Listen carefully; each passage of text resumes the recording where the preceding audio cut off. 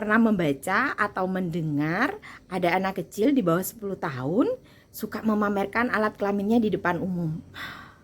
Jangan-jangan dia eksibisionis. Yuk kita bahas.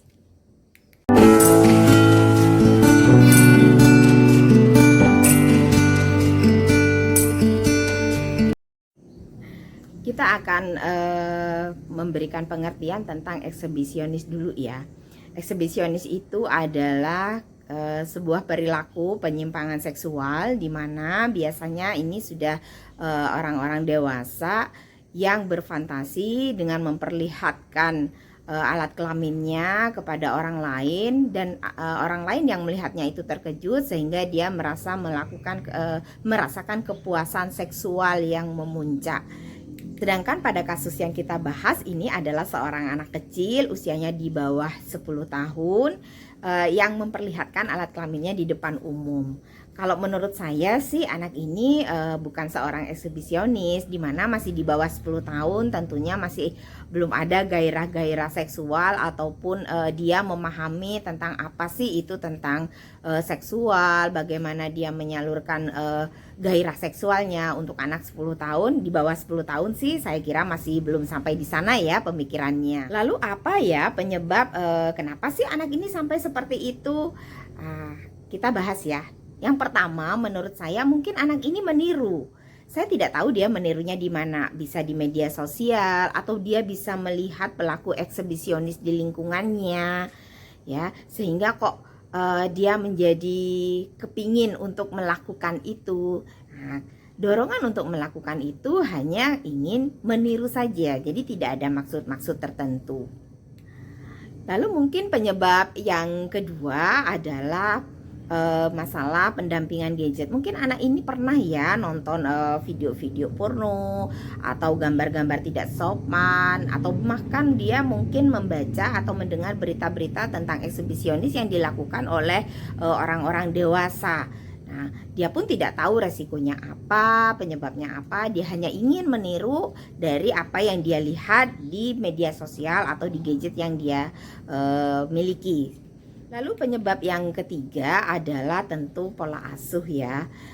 Mungkin orang tua tidak mendampingi pada saat anak bermain gadget, juga tidak memberikan pendidikan seks edukasi bahwa bagian yang tertutup dari tubuh kita itu sebaiknya tidak diperlihatkan kepada orang lain, hanya diperlihatkan kepada orang-orang tertentu dengan situasi-situasi tertentu, misalnya dokter ataupun pada saat orang tua begitu.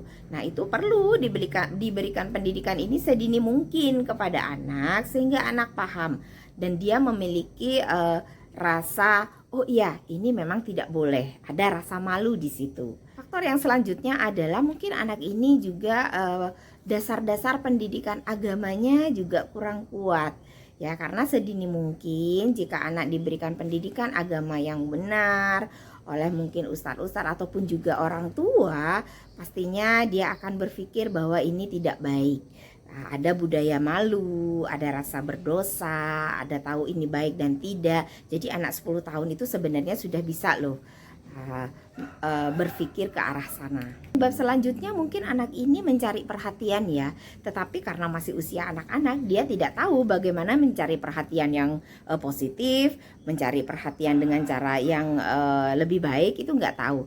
Yang penting orang memperhatikan dia, entah reaksinya marah, entah reaksinya bahagia, entah reaksinya malah tertawa, itu bagi dia membuat sesuatu yang menyenangkan sehingga ia ingin mengulangi itu lagi. Lalu apa yang harus kita lakukan? Yang pertama, pada saat kejadian itu berlangsung, untuk masyarakat atau orang-orang sekitar atau orang-orang dewasa yang kebetulan dalam tanda kutip menjadi korban anak ini pada saat memperlihatkan alat kelaminnya, itu terkejut itu wajar, tetapi reaksi berikutnya adalah panggil anak itu bukan untuk dimarahi, tapi diberitahu, "Dek, tutup, nggak baik, malu dek, adek nggak malu tah, jangan diulangi lagi ya dek, rumahmu mana, orang tuamu mana," atau serahkan dia kepada orang-orang yang mungkin di sekitar itu dianggap berpengaruh. Kenapa ini perlu dilakukan? Agar anak ada efek tanda tip jerak, dia paham bahwa itu tidak baik, bahwa itu tidak boleh diulangi lagi.